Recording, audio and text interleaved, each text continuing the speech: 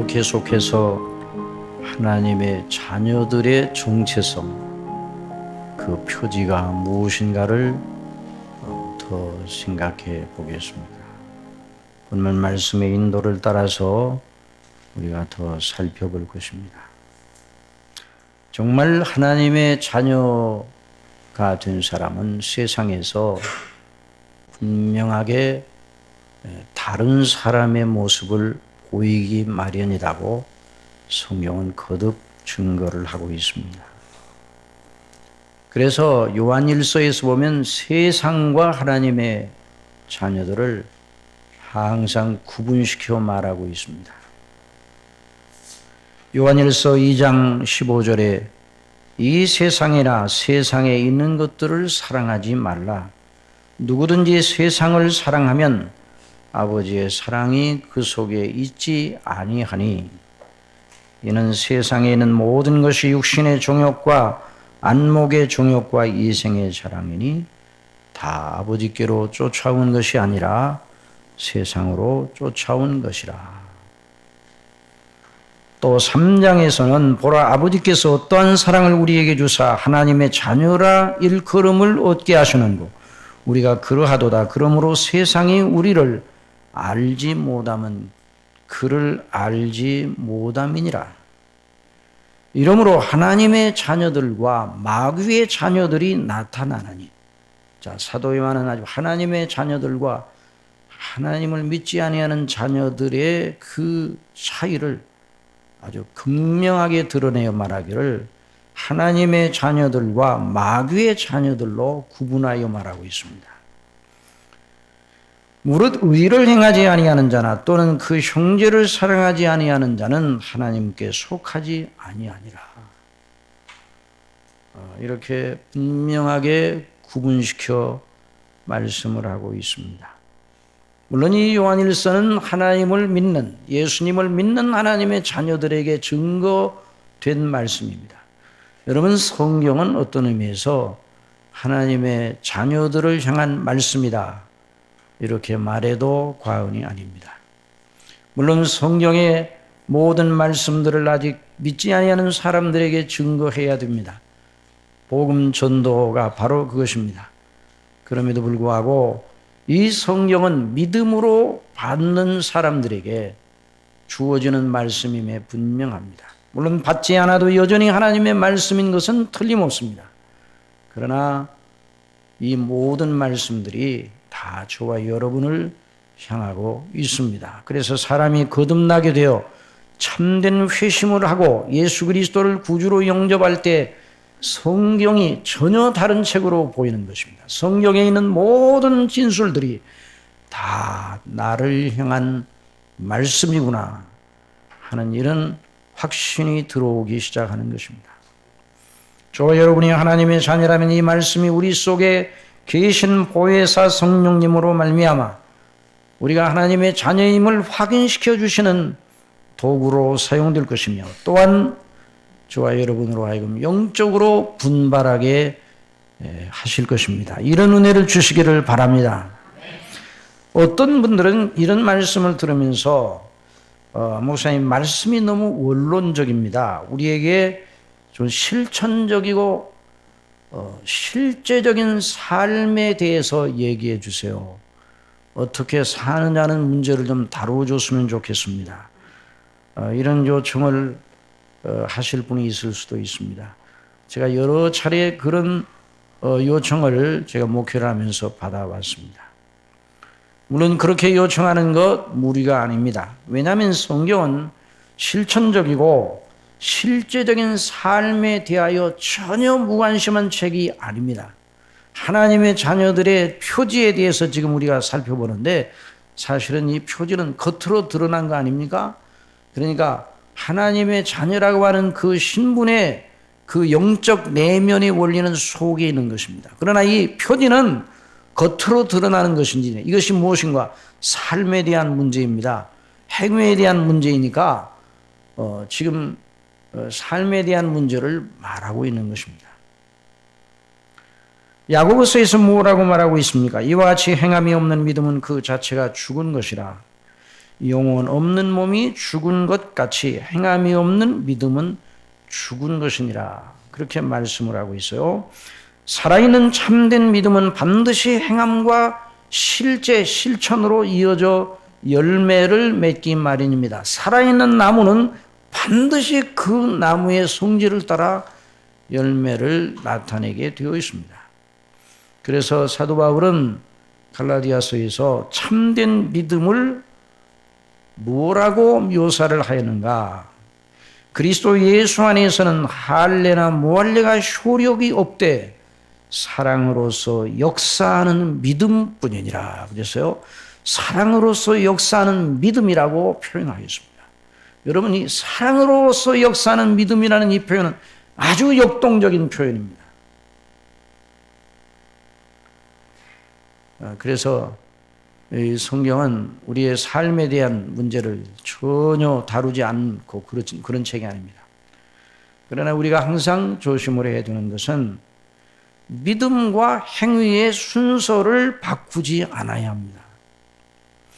믿음의 나무에서 행위의 열매가 달리는 것입니까? 아니면 선행을 통해 믿음으로 나아가는 것입니까? 말할 필요도 없이 믿음의 나무에서 행함의 열매가 맺히는 것입니다. 선행을 통하여 믿음으로 나아가는 것이 아니에요. 선행과 수련과 도를 쌓는 그런 과정을 통해서 어떤 좋은 믿음, 좋은 종교적인 상태로 나아가는 것, 이것이 바로 모든 이방 종교의 구조입니다. 그러나 참 유일한 종교인 이 기독교, 이 성령, 하나님의 말씀은 뭘 말하고 있는가? 다 믿음을 우선해 놓고 있어요. 심지어 예수님을 아는 것에 대해서도 믿음을 먼저 놓고 있습니다.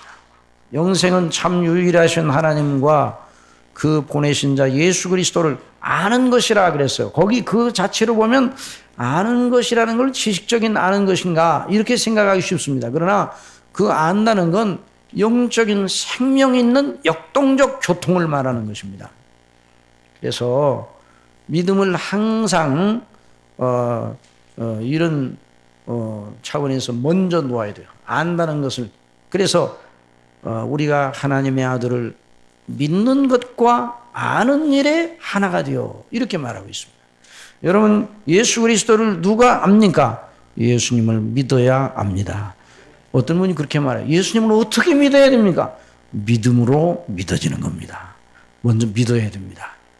그래서 어느 정도의 수준까지 알아야 믿음이 파생하는 것이 아니라, 물론 믿음은 하나님의 말씀을 들음으로 시작이 되는 거지만은, 믿음은 하나님의 말씀을 들음으로 나는 것이지만은 성령께서 그렇게 역사하십니다. 전혀 말씀을 듣지 않은 채, 하나님의 그 복음을 듣지 않은 채 예수님을 믿는 믿음이 나올 수가 없는 것이에요. 성령께서 그 사람의 심령 속에 믿음을 일으키려 할 때 반드시 하나님의 말씀을 보내시는 것입니다. 이렇게 말씀드리면 또 원론으로 돌아왔다 이렇게 여러분들이 이제 생각하실 수 있어요. 믿음은 하나님과 우리의 관계라는 아주 원론적이고 교리적이고 본질적인 문제입니다. 믿음은 교리적인 문제입니다. 이런 말씀을 드리면 요즘은 참 교리를 싫어해요. 왜 교리를 싫어하는지, 어디서부터 그런 인식이 나왔는지 모르겠어요. 교리는 하나님을 믿는 믿음의 진리를 체계화시켜 놓은 정말 생명 있고 역동적인 진술인 것입니다. 교리를 말하면 너무 이론적이다 이렇게 생각하기 쉽습니다. 살아계신 하나님과 나와의 관계가 세상 초등학문인 철학과 같은 것이 아니라는 걸 알아야 돼요. 철학은 책상에 앉아서 없는 것도 있는 것처럼 가상을 해가지고 가설을 세워서 그 가설을 가지고 계속 논증을 해나갑니다. 없는 것을 가지고 계속 가상적으로 이론을 펼쳐나갑니다. 그러니까 이론적인 것이에요. 탁상 공론이에요. 그러나 신학은 그렇지 않습니다.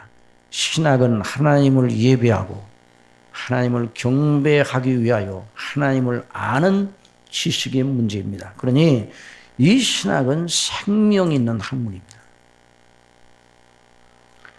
물론 교회사에서 신학이 철학의 모양을 띠기 시작하는 그런 때가 있었습니다. 중세 교회가 신학과 철학을 조화시키려고 애를 썼습니다. 그래서 거기서 교부 철학, 스콜라 신학이 나왔죠. 그 신학이 바로 죽은 신학인 것이에요. 그 신학에서 공로구원이 나오고 복음이 다 가리워지고 또 현대에 와서 19세기 말려부터 자유주의 신학이 나타나서 현대주의 신학이죠. 합리주의를 따라서 이 신학이 결국 하나님이 죽었다. 그 자체가 죽은 신학이에요. 그러니까 하나님이 죽었다는 것으로 성경이 의미 없는 책으로, 성경이 옛날 책으로, 성경에 나타나는 모든 능력과 하나님의 권능과 여러 가지 그 이적과 기사를 다 부인하고 동정녀 탄생을 부인하고 성경은 아무짝에도 쓸모없는 오늘 현대에는 아무런 연관성이 없는 죽은 책, 죽은 종교서적 정도로 생각하게 만든 신학, 이 신학이 바로 죽은 신학이에요. 그러나 여러분, 하나님은 언제나 살아계십니다. 예수 그리스도는 어제나 오늘이나 동일하십니다. 영원토록 동일하십니다. 우리와 예수님과의 관계도 영원한 것입니다. 살아계시는 어미하신 하나님과 나와의 생명 있는 교제의 역동성을 진술한 교리는 절대로 지루하거나 딱딱하지 않은 것입니다. 복음이 무엇인가?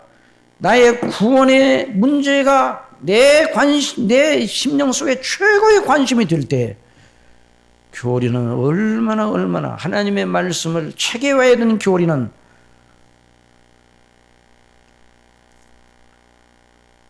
저와 여러분을 바른 길로 인도하는 것이죠. 여러분 사랑하는 사람에게서 온 편지에 무슨 내용이 적혔다 할지라도 딱딱한 내용이 전혀 없습니다. 그게 어떤 진술이 쓰여져 있다 할지라도 그 편지의 내용 구절마다 거기 사랑하는 사람이 있습니다. 사랑하는 사람.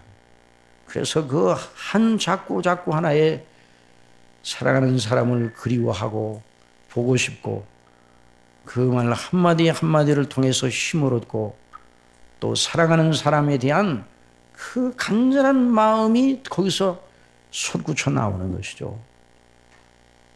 그러니 교리는 이와 같은 그런 능력을 가지고 있어요. 하나님의 말씀, 이 성경을 바르게 잘 체계화시킨 이 교리가 그렇게 중요한 것이죠. 이제 언제 말씀드렸지만 저도 처음에 세례문답을 받을 때 세례문답을 기다렸습니다. 정말 세례문답을 받을 때 기다렸습니다. 세례받는 날이 어서 오기를 기다렸습니다. 하나님의 은혜가 너무나 크고 나도 세례를 받은 사람의 반열 속에 들어갔으면 좋겠다. 근데 그 날짜가 얼마나 더디게 오는지 기다렸습니다. 문답을 하는 날이 되었습니다. 그래서 세례 문답 준비를 제 나름으로는 철저하게 했습니다. 그의 질문이 그 목사님이 질문을 던졌습니다. 인생의 제일 되는 목적이 무엇입니까? 자신 있게 대답을 하였습니다. 영생입니다. 영생. 그 목사님이 저를 물끄러미 쳐다보니 미소를 띠시면서 조금 참고 계시다가 인생의 제일 되는 목적, 최고 되는 목적은 하나님을 영화롭게 하며 영원토록 하나님을 즐거워하는 것입니다. 홍당무가 됐습니다. 제게 있어서는 그 당시 영생을 얻은 것이 너무 영화로워서, 자, 하나님이 세상을 이처럼 사랑하사 독생자를 주셨으니 이는 저를 멸망치 않고 누구든지 저를 믿는 자마다 멸망치 않고 영생을 얻게 하려 하심이라. 이 말씀이 너무나 달고 오묘하고 나 같은 자가 영생을 얻었다니. 그래서 질문을 하실 땐 너무너무 쉬운 질문을 하시고 당연한 질문을 하신다고 대답을 했더니 제가 정답을 그러나 그 오답은 했지만은 아주 나쁜 대답은 아닙니다. 아주 훌륭한 아주 영광스러운 대답이지만 그게 하나님 말씀이니까. 그러나 그 목사님께서 하나님을 영화롭게 하고 영원토록 하나님을 즐거워하는 것이 인생의 제일 드는 목적입니다. 그래서 나오면서 곰곰이 생각을 하였습니다. 그렇구나. 내가 영생을 얻었으니까 영생 얻은 나에게 있어서 최고의 목적은 우리 하나님 아버지를 영화롭게 하는 것이고 우리 주님의 이름을 높이는 것이고 영원토록 성삼위 하나님을 즐거워하는 것이구나. 저의 마음의 행로를 위하여 영원한 대로를, 영원까지 뚫리는 대로를, 그 교리적 진술이 제 심령 속에 각인시켜 주셨어요. 나중에 알고 보니까 웨스트민스터 신앙고 대소요리문답 제1문이더라고요. 그게 나중에 살았어요. 그러나 그것이 1문이든 2문이든 그게 중요한 게 아니라 그 내용이 너무 영광스러웠습니다. 그래서 저와 여러분 모두가 하나님을 영원토록, 하나님께 영광을 돌리고 영원토록 하나님을 즐거워하는 것, 구원받은 하나님의 자녀들의 영원한 목적입니다. 존재의 목적입니다. 그러니 우리 인생이 그 빛에 비춰볼 때, 그러면 그 교리가 어디서 나왔는가? 이 성경 전체를 아우르는 인생의 전체, 이 구원받은 사람의 전체 그 목적이 뭐야 되는가? 그 스코틀랜드와 저 잉글랜드의 목사님들이 모여서 그걸 작성할 때 다 모여서 기도하면서 금식하면서 성경을 연구하고 성령의 감동하심 속에서 서로 모여서 다 제출을 했을 겁니다. 나는 이게 인생의 제일 되는 목적이, 다 제출했을 거 아니에요? 그런데 그 제출한 내용들이 그렇게밖에는 표현될 수 없는 내용들이었어요. 성령의 인도하심을 하고. 여러분, 그처럼 이 믿음이라는 건 이렇게 하나님의 진리의 그 말씀의 도리, 그 교리를 중심으로, 그래서 하나님과 우리의 관계를 영원토록 규정해 놓은 이 교리, 이 위에 서는 것입니다. 그래서 이 하나님의 자녀의 표지를 말하면서도 계속 교리가 나오는 것이에요. 사실은 행실에 대한 문제를 말하면서도 언제나 믿음의 연장선상 위에서 행실을 말하는 거지, 여기서 여기까지는 믿음, 여기서 여기까지는 행실, 그런 일은 없습니다. 교리적인 것도 여기서 여기까지는 교리, 여기서 여기까지는 실천, 이렇게 구분이 되어 있기는 하지만 전부 다 하나의 몸인 것입니다. 이것을 생각하면서 하나님의 말씀을 들어야 될 것입니다. 오늘은 특별 본문을 중심으로 하나님의 자녀들의 계명 지키기 한번 따라해 봅시다. 하나님의 자녀들의 계명 지키기. 하나님의 자녀 된 사람들의 가장 유별난 특징 중 하나가 무엇인가? 계명을 지키는 데 있습니다.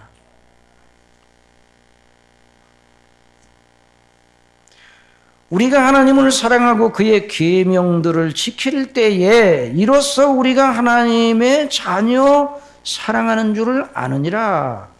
하나님을 사랑하는 것은 이것이니 우리가 그의 계명들을 지키는 것이라. 그의 계명들은 무거운 것이 아니로다.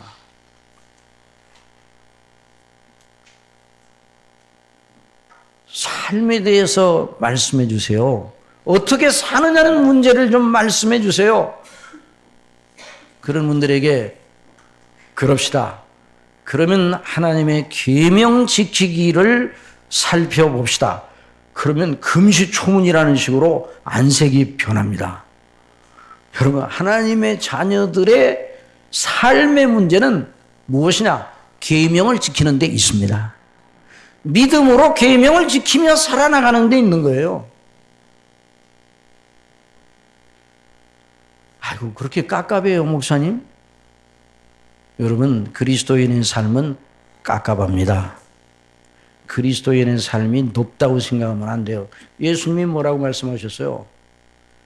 어디로 들어가기 힘쓰라? 좁은 문으로 들어가기 힘쓰라. 그리로 인도하는 길이 좁고 협착하여 찾는 이가 적다고 그랬어요. 멸망의 문으로 인도하는 그 길이 넓고 찾는 이가 많습니다. 그러니 예수 그리스도를 믿음으로 말미암아 구원받은 하나님의 백성들이 이 세상에서 살아나가는 길은 아주 좁고 협착하고 답답합니다. 그러니 여러분들이 예수 그리스도를 믿음으로 말미암아 자유함을 얻었다. 그 자유는 우리가 원하는 대로 모든 걸 할 수가 있고 이제는 우리가 하고 싶은 대로 다 할 수 있다는 이런 자유가 아닌 것입니다. 그 자유를 육체의 기회로 삼지 말라. 그래서 예수 그리스도를 믿고 나서 그 다음에 삶은 아주 사람들이 볼 때 갑갑하고 답답하다 이 말이에요. 그래서 믿지 않을 때에 친했던 친구들이 저 사람하고 이제는 상종이 안 되겠구나. 왜? 너무 좁게 사니까. 무엇대로 산다고요? 하나님의 계명대로 살아나가기 때문입니다. 계명에 초청한 일은 안 한다 이 말이에요. 그러니까 이전에는 그 구분 없이 다 할 수가 있었어요. 그러나 이제는 하지 않습니다. 진정한 그리스도인의 영성과 참된 삶은 항상 계명을 바르게 지키는 데 있어요. 우리의 성화 생활도 바로 하나님의 놀라우신 은혜를 따라서 계명을 지키는 것으로 나타나는 것이에요. 언제도 한번 말씀드리는 다시 한번 말씀드려야겠어요.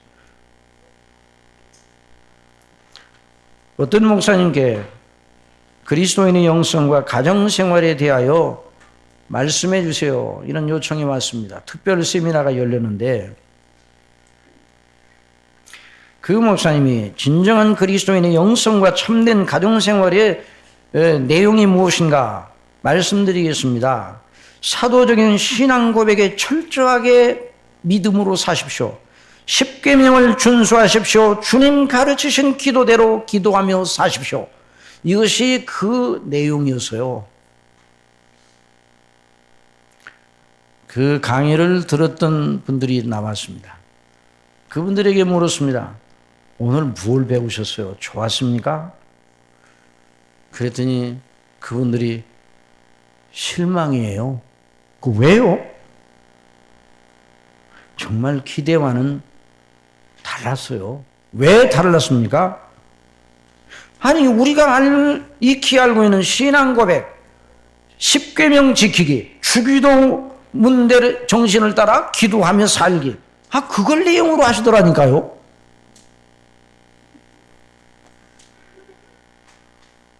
큰일 났습니다. 그 정도가 되면요 큰일 난 거예요. 그걸 들었던 분들이 처음 믿었던 분들이 아니에요. 교회 생활을 오래 하였고 교회에서 지도적 위치에 있는 분들.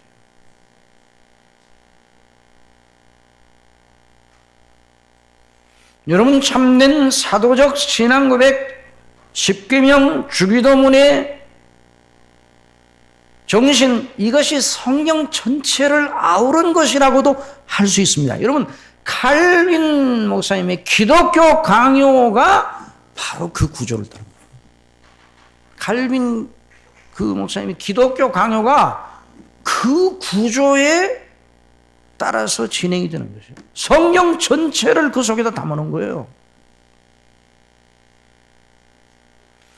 오늘날 영성이라는 말을 많이 하고 있습니다. 영성은 무엇인가? 하나님 말씀대로 성경이 말하는 대로 믿고 기도하고 행하는 경건이 영성인 것이에요. 그것이 아닌 다른 것은 영성이 아니에요. 어떤 분들은 불교인의 영성, 영성 그래요. 여러분 하나님을 모르는 사람은 영성이라는 말 쓰면 안 돼요.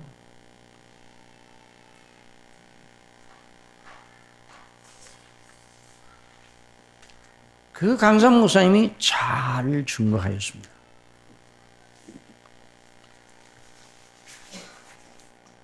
그날 그 말씀을 들었던 회중들이 다 그런 것은 아니겠지만 그런 식의 반응을 나타낸 사람들은 잘못 들었습니다. 그들은 최상의 은혜를 발로 밟는 일을 한 것이에요. 돼지 앞에 진주를 던진 격이 되었습니다. 사랑하시는 여러분, 저와 우리 설교자들을 위해서 기도해 주시기 바랍니다. 하나님의 뜻을 바르게 잘 증거할 수 있는 설교자가 되게 해 주시기 바랍니다. 사도 바울이 에베소 교회에 요청한 대로 내 입을 열어 복음의 비밀을 담대히 알리게 하옵소서라고 기도하도록 에베소 교인들에게 요청하였습니다. 저를 위하여 우리 여러 목사님들을 위해서 그렇게 기도해 주시기 바랍니다. 여러분, 그렇게 바르게 증거가 돼야 돼요. 또 여러분 자신을 위해서도 기도해야 됩니다. 저도 여러분을 위해서 기도합니다. 성령님의 역사로 분별력을 가지게 눈과 귀를 열어 주시옵소서. 우리 모든 성도님들에게 이런 은혜를 주셔서 하나님의 말씀을 믿음으로 달게 잘 받고 섭취하여 그 말씀이 우리 사랑하는 성도님들 속에서 역사하기를 원하나이다. 이런 은혜를 주시옵소서. 이거 구해야 돼요. 기도해야 돼요. 잘 증거하는데도 잘못 받으면 소용이 없어요. 잘 들으려 하는데도 잘못 증거하면 또 소용이 없는 것이에요. 사도 바울이 데살로니가 2장 13절에서 이러므로 우리가 하나님께 쉬지 않고 감사함은 너희가 우리에게 들은 바 하나님의 말씀을 받을 때에 사람의 말로 아니하고 하나님의 말씀으로 받음이니 진실로 그러하다. 이 말씀이 또한 너희 믿는 자 속에서 역사하느니라. 이와 같은 일이 우리 중심교회에서 일어나기를 바랍니다. 우리 한국교회에서 일어나기를 바랍니다. 세계교회에서 일어나기를 바랍니다. 이것이 영적인 진정한 부흥이에요. 이 날이 오기를 바랍니다. 이 말세지방에 이런 부흥의 은혜를 베풀어 주시옵소서. 여러분, 이 말씀을 하는데도 여러분이 아무 감동이 없다고 그러면 그 영혼이 정말 보통 문제가 아니에요. 정말 이걸 위해서 기도해야 돼요. 청교도 시대가 그랬고 영적 각성 시대가 그리고 진정한 부흥의 시대 1907년 우리 평양 대부이 일어났을 때 바로 그와 같은 일이 일어난 것이에요.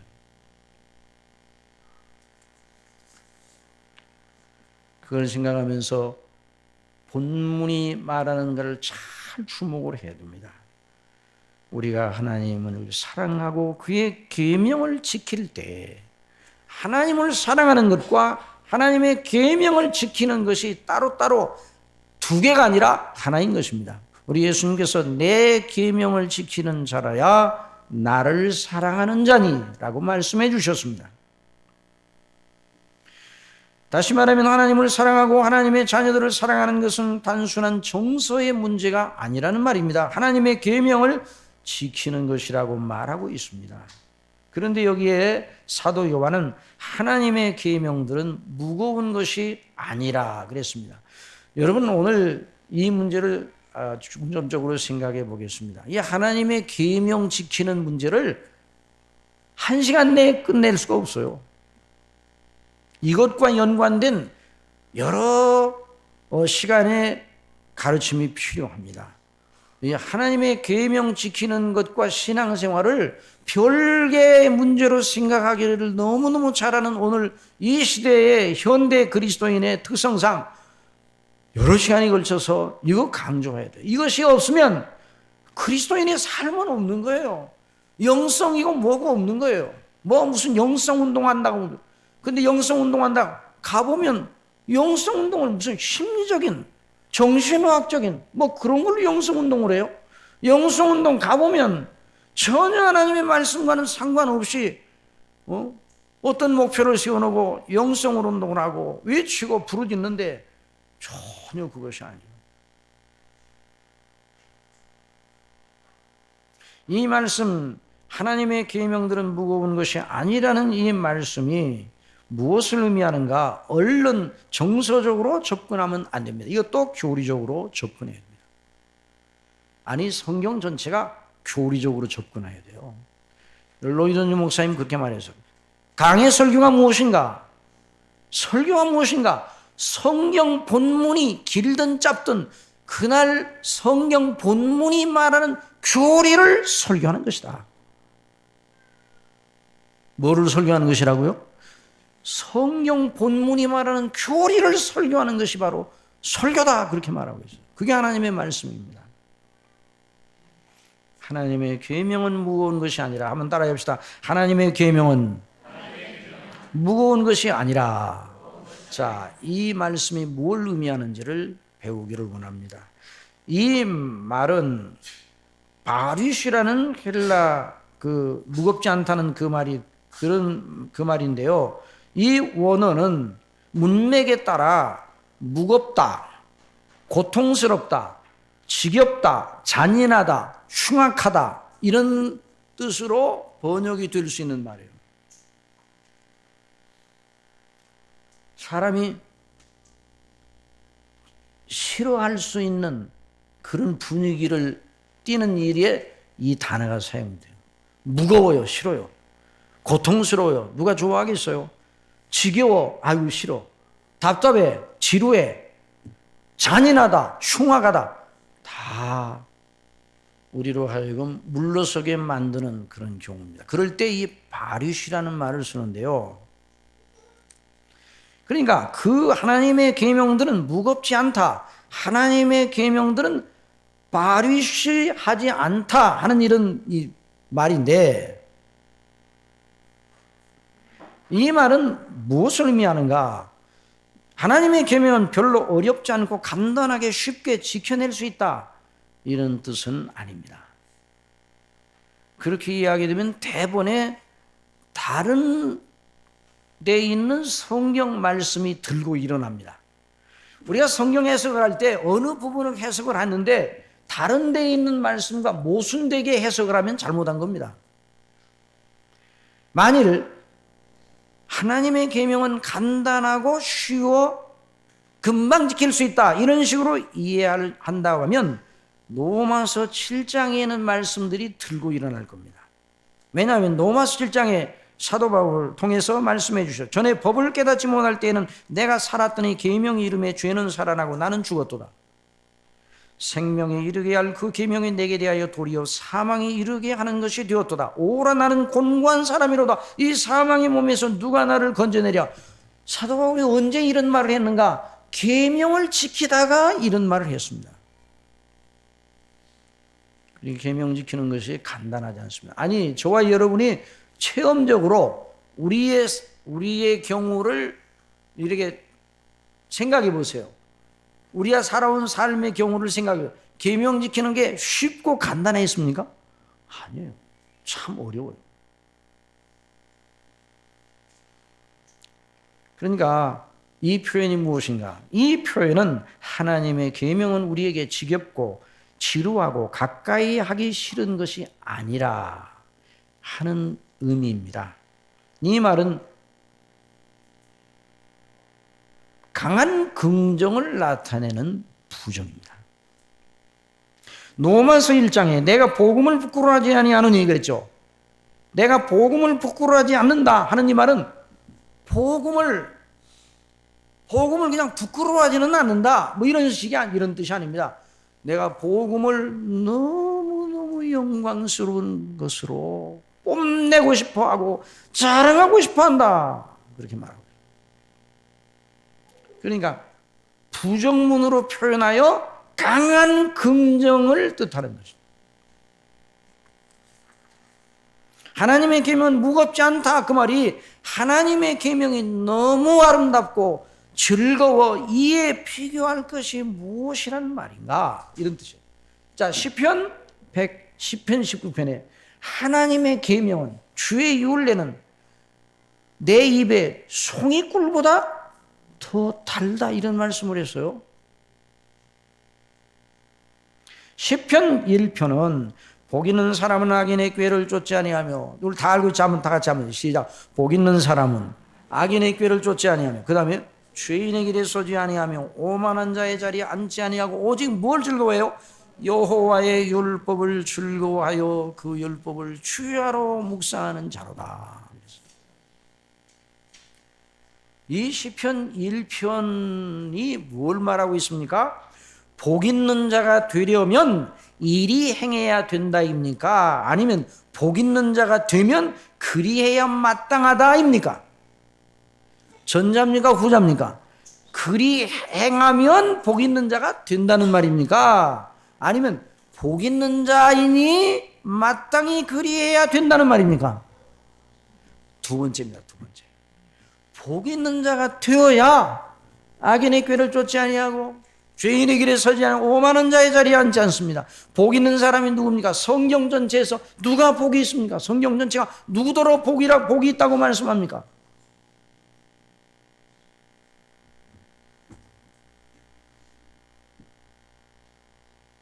여러분, 성경 전체에서 누구더러 복이 있다고 말합니까? 딱 한 사람만 보고 복이 있다고 말하는 거예요. 성경 전체에서 말하는 복은 딱 한 사람을 향하여 복이 있다고 하는 거예요. 여러분 인생 속에 누가 복이 있습니까? 쉽게 말하면, 아니 간단하게 말하면, 짧게 말하면 어떻게 돼요? 예수님 믿는 하나님의 자녀들이 복이 있습니다. 그 사람만 복이 있습니다. 시편 1편에 나오는 복 있는 사람은 바로 예수 그리스도를 믿어 구원받은 하나님의 백성들을 말하는 겁니다. 구약 시대에도 여전히 예수 그리스도를 내다보고 아브라함과 같은 믿음으로 하나님 은혜로 구원받은 사람들입니다. 이런 사람이 복 있는 사람입니다. 이런 사람이 되면 그 사람의 성향상 악인의 꾀를 쫓지 않습니다. 그 사람의 성향상 죄인의 길에 서지 않습니다. 오만한 자의 자리에 앉지 않으면 그 사람의 성향상 여호와의 율법을 즐거워하게 된다는 말씀입니다.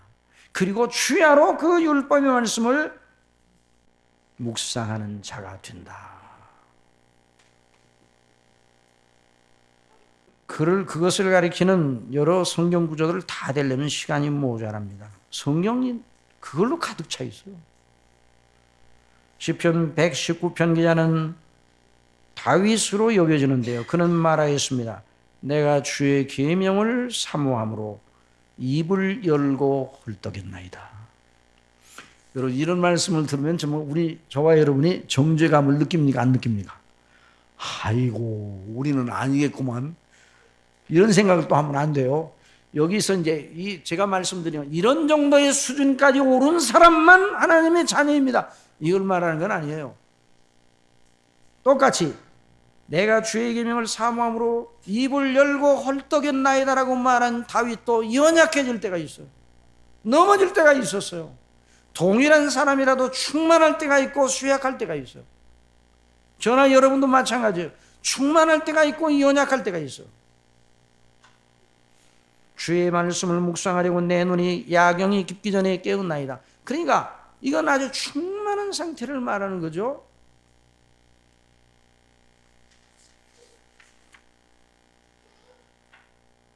하나님의 백성들 자녀들은 그 심령 속에 본질적으로 하나님의 계명을 싫어하여 도망치는 이런 사람들이 아니라 하나님의 계명을 기뻐하는 사람들입니다. 여러분의 마음속에 하나님의 계명을 기뻐하는 성향이 전혀 없다면 하나님의 자녀가 아닙니다. 제가 말씀드린 건 성화의 높은 경지에 오르는 것을 말하는 게 아니에요. 예수 그리스도를 믿음으로 말미암아 죄 사함을 받고 의롭다함을 받고 성령께서 그 심령 속에 내주하여 하나님을 아바 아버지라 부르짖는 사람 그 심령 속에는 하나님께 대한 사랑하는 마음이 있습니다. 하나님의 사랑을 받고 그러니 계명이 누구의 계명입니까? 하나님 아버지의 계명입니다. 그러니 일단은 그 계명 지키는 것이 간단한 문제는 아니나 하나님의 계명이 즐거운 것으로 바뀌어집니다. 예수 그리스도를 믿기 전에는 하나님의 계명은 정말 우리가 가까이 할 수 없는 너무나 지겹고 무겁고 힘든 것이었습니다. 그러나 하나님의 자녀가 되면 그 심령 속에 하나님을 사랑하는 성향이 성령님으로 말미암아 들어와 있고, 하나님을 기뻐하고 하나님의 계명을 기뻐하는 아버지, 하나님을 아버지라고 섬기고, 이런 하나님의 계명을 즐거워하는 본성, 새 본성이 들어와 있어요. 한번 따라해보세요. 새 본성. 이 새 본성, 이것이 바로 영을 따라 사는 본성입니다. 그래서 오늘 우리 로마서에 있는 말씀이 바로 그 말씀이에요. 한번 보십시다. 로마서 7장 4절. 그러므로 내 형제들아, 그 4절 다 같이 읽어보세요. 시작. 그러므로 내 형제들아, 너희도 그리스도의 몸으로 말미암아 율법에 대하여 죽임을 당하였으니 이는 다른 이곳 죽은 자 가운데서 살아나신 이에게 가서 우리로 하나님을 위하여 열매를 맺히게 하려 합니다. 우리가 육신에 있을 때에는, 자, 여기 육신에 있을 때는 이 말은 예수님을 몰랐을 때를 말합니다. 자, 우리가 이 육신이라는 말은 우리가 입고 있는 이 몸을 육신이라고 말하는 것이 아니에요. 우리의 내면에, 우리의 인격에, 우리의 영혼의 육신적 성향, 하나님 없는 죄악적 성향, 나면서부터 가지고 있었던 본성적 성향, 이걸 육체라 이렇게 말하고 있는 거예요. 육신에 있을 때는 그리스도 밖에 있는 걸 말해요. 그리스도 밖에 있을 때에는, 그래서 육신에 있을 때에는 율법으로 말미암는 죄의 정욕이 우리 지체 속에 역사하여 우리로 사망을 위해 열매를 맺게 하였더니, 6절 다 같이 봅시다. 시작. 이제는 우리가 영매했던 것에 대하여 죽었으며 율법에서 벗어났으니 이러므로 우리가 영의 새로운 것으로 섬길 것이요 의문에 묵은 것으로 아니할지라. 그 다음에 나오는 내용 7장 마지막까지 내용 전체는 육신적으로 하나님께서 주신 성령님의 인도하심을 따르지 아니하고 옛날 방식으로 하나님의 계명을 지키는 일에는 100번 실패한다는 거예요. 그래서 우리에게는 누가 계셔요? 성령님께서 계시는 겁니다. 성령님께서 계시기 때문에 그 성령님으로 말미암아 성령님이 주시는 은혜와 능력으로 계명을 즐거워하는 성향이 우리 속에 일어난다는 거죠. 그 계명을 지킬 의지와 인격적 그런 그 열심이 생겨난다는 거예요. 그리고 그걸 성령님의 인도하심을 따라 그리스도의 대속의 은혜를 힘입어 하나님 앞에 은혜에 합당한 열매를 맺어 나가기 시작한다는 거죠. 물론 이런 계명 지키기가 하루아침에 높은 수준에 이르지 않습니다. 평생 그 일을 위하여 싸워야 되는 것입니다. 그래서 이 다윗은 자기가 범죄한 다음에 하나님의 자녀인데도 불구하고 넘어졌어요. 하나님의 자녀인데도 불구하고 계명을 어겼습니다. 그럴 때 다윗이 하나님 앞에 회개하면서 기도하는데 이런 내용이 있습니다. 나를 주 앞에서 쫓아내지 마시며 주의 성신, 성령님을 말하는 주의 성신을 내게서 거두지 마소서. 만일 저와 여러분 심령 속에 성령의 감동이 없다면 당장의 믿음이 떨어집니다. 여러분 여기 지금은 낮이니까 이제 밖에서 들어오는 햇빛이 있으니까 여기 밤이라고 생각해 보세요. 그럼 밤인데 불을 딱 끄면 깜깜하게 되는 거예요. 끄자마자 깜깜하게 되는 거예요. 성령님의 비춰주시는 그 은혜가 없으면 당장에 우리의 심령은 흑암이 되는 것입니다. 하나님과 예수 그리스도에 대한 믿음이 순간 없어져 버리는 거예요. 저와 여러분이 다 모자라고 부족해도 뭐가 떨어지지 않습니까? 예수님께 대한 믿음이 떨어지지 않습니다. 누구로 말미암아? 전능하신 성령님께서 저와 여러분의 심령 속에 내주하여 계십니다. 이 기적의 기적. 그러니까 이걸 마음속에 생각하고 사도 요한이 이 대목을 쓸 때에 하나님의 계명이 무거운 것이 아니라는 이 말씀을 할 때에 바로 이 모든 걸 종합하여서 이 말씀을 쓴 거예요. 여러분, 하나님의 계명은 이제 하나님의 자녀들에게 정죄의 법이 아니라 삶의 법이요, 하나님의 거룩하신 구원의 목적, 구원의 목적이 뭡니까? 그리스도의 형상을 본받게 되는 겁니다. 여러분, 그리스도의 형상의 가장 본질적인 진수가 무엇입니까? 많은 분들이 그리스도의 형상의 본질적 진수에 대해서 잘 이해가 안 되는 그런 경우가 있을 수가 있어요.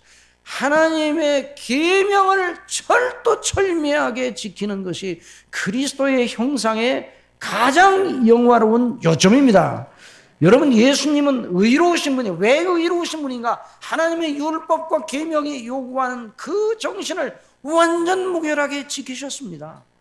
그래서 하나님 작은 티 하나도 발견하시는 하나님 앞에 예수님이 행하신 그 모든 일, 예수님의 마음과 행동 속에 일어났던 모든 일을 갖다 다 비춰보았을 때 하나도 모자람이 없었습니다. 그래서 예수님이 행하신 모든 일이 의롭다 하는 판단을 받을 수밖에 없었습니다. 그 의를 저와 여러분에게 전가시켜 주셔서 저와 여러분을 하나님의 자녀 삼으신 겁니다. 의롭다. 이건 놀라운 일이에요. 그러니까 하나님의 계명을 지키는 그 목적이 하나님의 계명을 지켜서 우리가 지옥을 면하고 천국 가기 위한 그런 것이 아닙니다.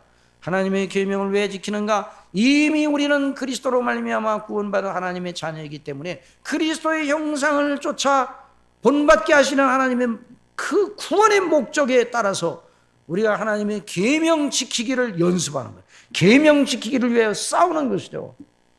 이런 것이 없다면, 이런 싸움이 전혀 시작도 안 하고 그게 무엇인지 모른다면 아직 그 사람은 하나님의 자녀가 아닙니다.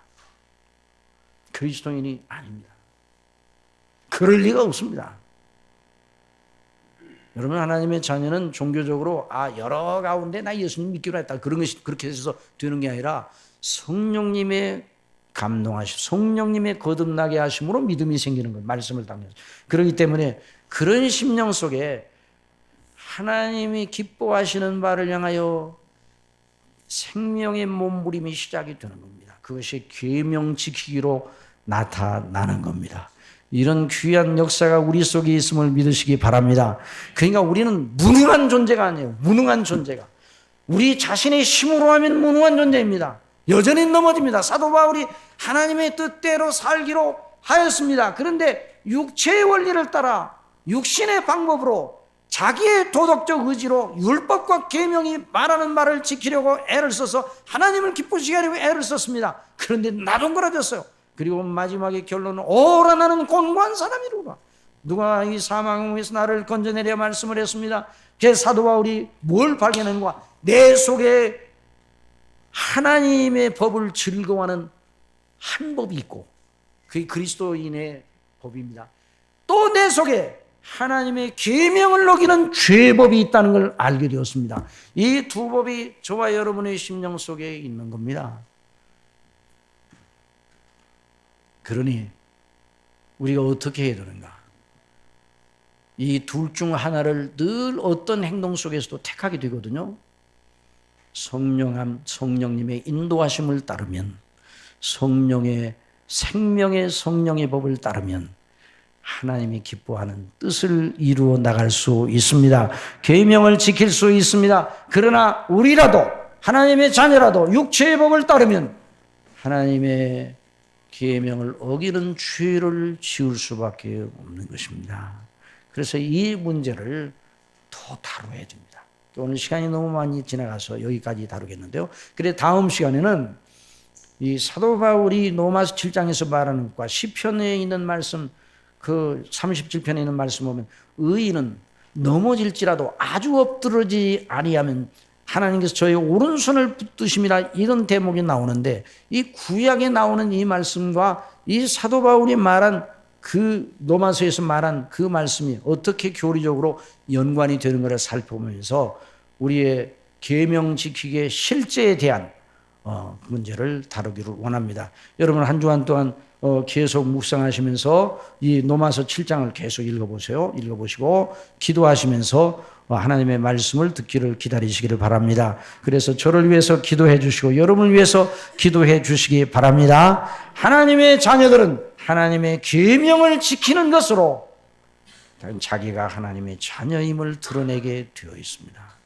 기도하겠습니다. 사랑하시는 아버지 하나님, 저희들이 예수님을 믿어 하나님의 자녀가 되었습니다.